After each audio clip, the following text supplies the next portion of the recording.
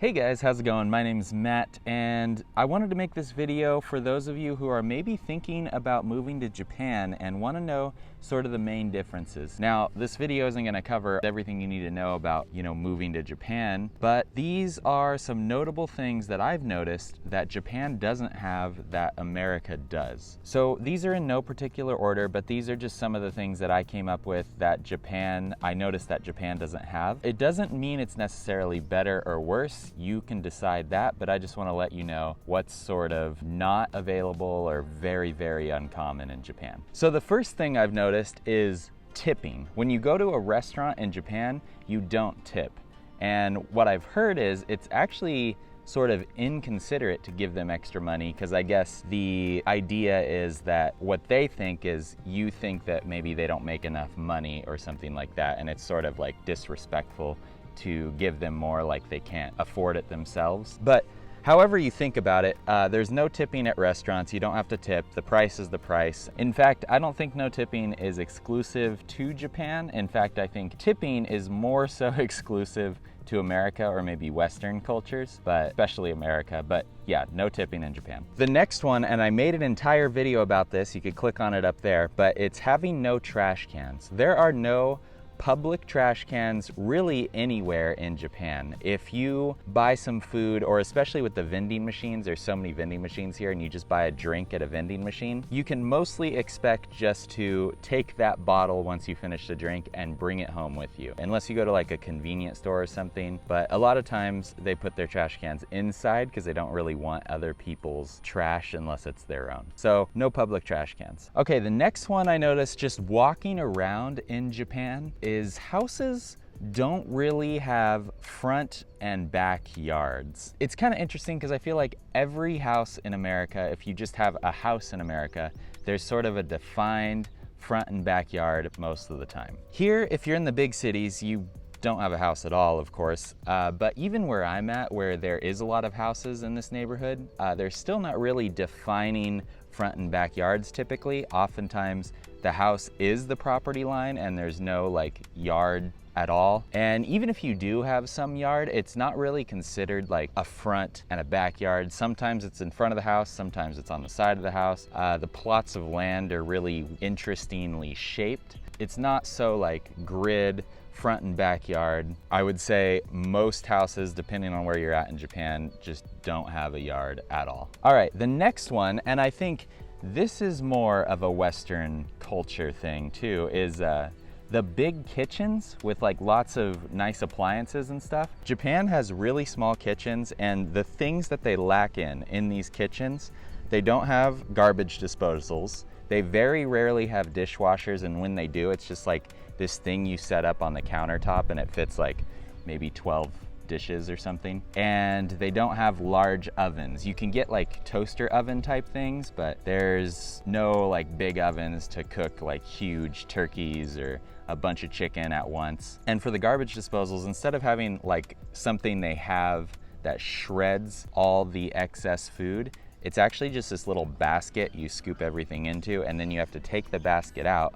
in like this net thing and empty it out into the trash can. So it's a little inconvenient, and the kitchens are smaller in general, and they don't have a lot of the big appliances. So there's that. Next one, although I sit on a bench here in a public park, there is often no seating anywhere in Japan. When you're walking around, especially if you grab a bento or something from a convenience store, you kind of just gotta pop a squat because there's not really a table or a bench anywhere nearby. And they're not like super common or anything in America, but you can find them at parks and stuff. When you really walk around here in Japan, everything's so convenient, like the food, you can buy the food so conveniently, but you have no place to eat it. It's sort of, I don't know, it's sort of interesting. I don't know why they wouldn't have benches and tables in more places. Sometimes public parks have them, but otherwise, it's pretty slim. Okay, this is one I wanted to mention. You could think about it as a positive or a negative, whatever, I don't care, but it's guns. Now, you technically can own a gun here in Japan. However, from what I've heard, the process is outrageously hard to get a gun license, and there's all kinds of requirements you have to fill. And the reason I wanted to mention this is because depending on where you're from in America, you may be a huge gun enthusiast, you may love collecting guns, you may love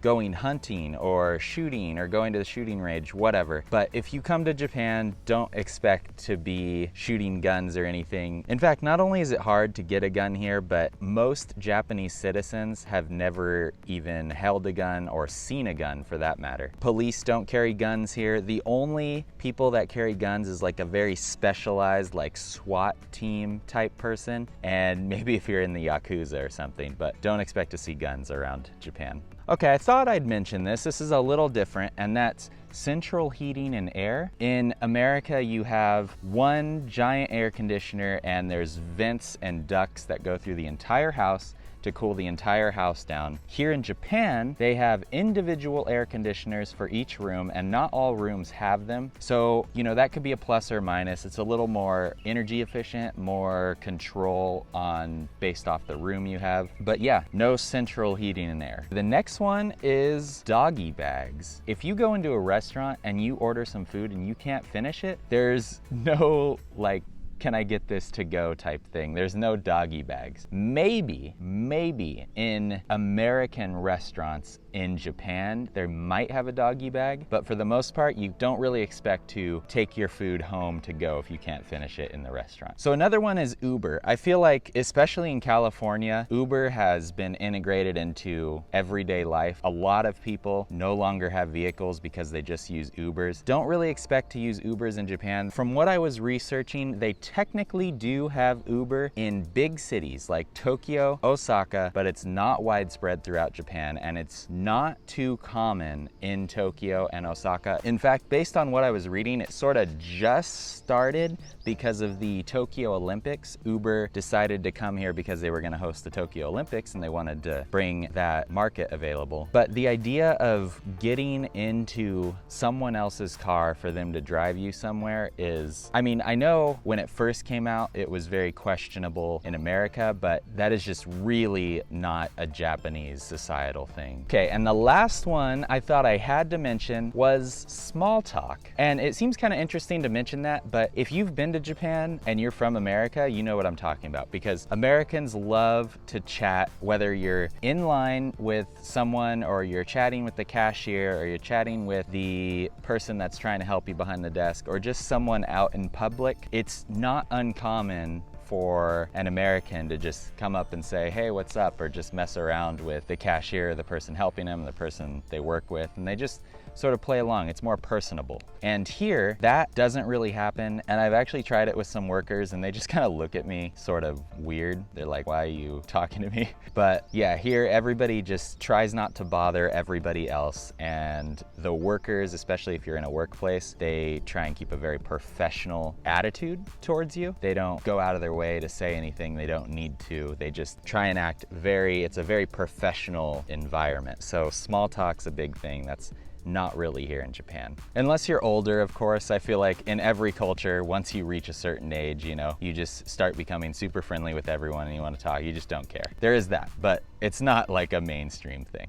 Anyway, guys, let me know if I missed anything down in the comments below. Again, some of these things may be in Japan, but they're super, super uncommon. Like if you're planning on moving here or visiting Japan, don't expect to have these things or use these things or even see these things. So that's it, guys. As always, give me a thumbs up, subscribe to my channel if you love Japan, you love talking to me or seeing me talk or whatever, but this butterfly is flying around. That's it. So hopefully that was super informative, super helpful for you guys. Thank you so much, and I will see you guys in the next video.